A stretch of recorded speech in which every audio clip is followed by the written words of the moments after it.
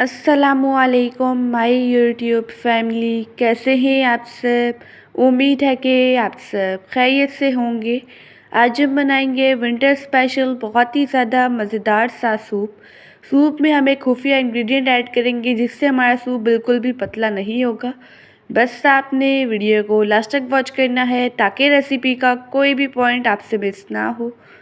सबसे पहले एक पैन में हम ऐड करेंगे आधा किलो के बराबर चिकन। मैंने बोन वाला चिकन लिया है, इससे जो हमारी यखनी है वो बहुत ही ज़्यादा फ्लेवरफुल बनती है। इसमें हम ऐड करेंगे 1 चाय की चम्मच के बराबर लहसुन का पेस्ट, 1 इंच के बराबर ऐड कर देंगे अदरक का पीस। एक छोटे साइज़ का मैंने प्याज लिया है, प्याज को हम स्लाइस करके ऐड कर लेंगे। अब इसमें हम ऐड करेंगे आधा चाय की चम्मच के बराबर कुटी हुई लाल मिर्च, आधा चाय की चम्मच के बराबर ऐड कर देंगे नमक, 3 अदद ऐड करेंगे लौंग और 5 से 6 अदद ऐड कर देंगे साबुत काली मिर्चें। अब इसमें हम आधा लीटर के बराबर ऐड करेंगे पानी। एक दफ़ा इन तमाम चीज़ों की हमने अच्छी तरह से मिक्सिंग कर लेनी है। अब इस पैन को हम चूल्हे पे चढ़ा देंगे और इसमें हमने बॉईल आने देना है। जैसे ही यखनी में बॉईल आ जाएगा, जिसके ऊपर वाइट फॉर्मिंग सी लेयर बनेगी, इसे हम रिमूव कर लेंगे। इससे हमारे सूप में कोई नागवार स्मेल वगैरह नहीं आएगी। मैंने सारी फॉर्मिंग लेयर को रिमूव कर लिया है। अब इसे हम कवर करके अच्छी तरह से कुक करेंगे ताकि चिकन अच्छी तरह से गल जाए, जब तक हम वेजिटेबल्स वगैरह की कटिंग करते हैं। मैंने आधी शिमला मिर्च ली है, इसे हम अच्छी तरह से कट कर लेंगे लंबाई में बारीक बारीक सा।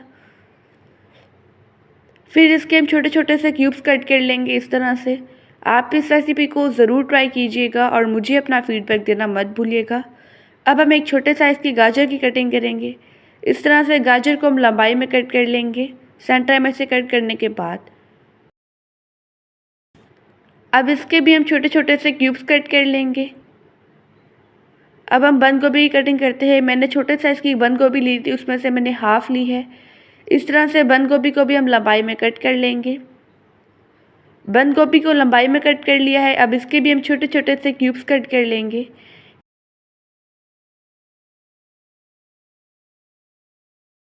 सारी सब्जियों की कटिंग हो गई है। अब हम एक सॉसेस का मिक्सचर तैयार करते हैं।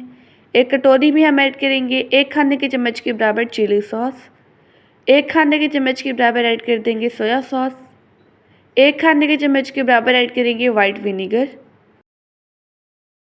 2 से 3 खाने के चम्मच के बराबर ऐड कर देंगे केचप,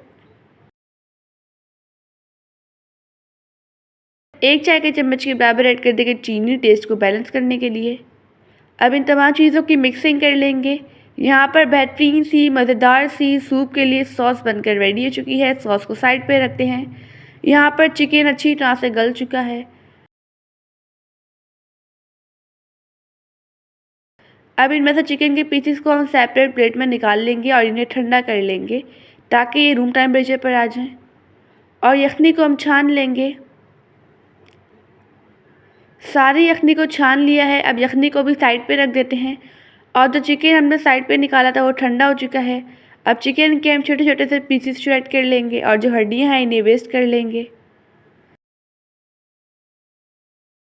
सारा चिकन मैंने श्रेड कर लिया है।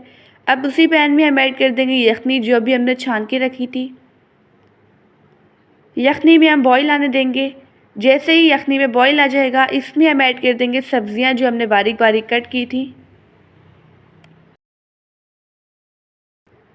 अब इन सब्जियों को हमने अच्छी तरह से कुक कर लेना है 2 से 3 मिनट के लिए मीडियम फ्लेम पे। अगर आपको वीडियो अच्छी लगे तो वीडियो को लाइक कर दीजिएगा और एनबी कुकिंग को सब्सक्राइब भी कर लें। मैं डेली बेसिस पे आपके लिए रेसिपीज़ लेके आती हूँ। अब इसमें हम ऐड कर देंगे श्रेड किया हुआ चिकन और इसको भी अच्छी तरह से कुक करेंगे। ये सूप की रेसिपी बिल्कुल यूनिक है। अगर आप फर्स्ट टाइम इस सूप की रेसिपी को ट्राई करेंगे तो आपकी रेसिपी बिल्कुल परफेक्ट बनेगी। अब इसे हम 2 से 3 मिनट के लिए कवर करके कुक करेंगे। अब हम एक स्लरी रेडी कर लेते हैं। एक कटोरी में हम ऐड करेंगे 2 खाने के चम्मच के बराबर कॉर्नफ्लोर और 1 खाने के चम्मच के बराबर आटा। ये हमारा खुफिया इंग्रेडिएंट है। आटा ऐड करने से जो हमारा सूप है वो ठंडा होने के बाद पतला नहीं होगा, ठीक है।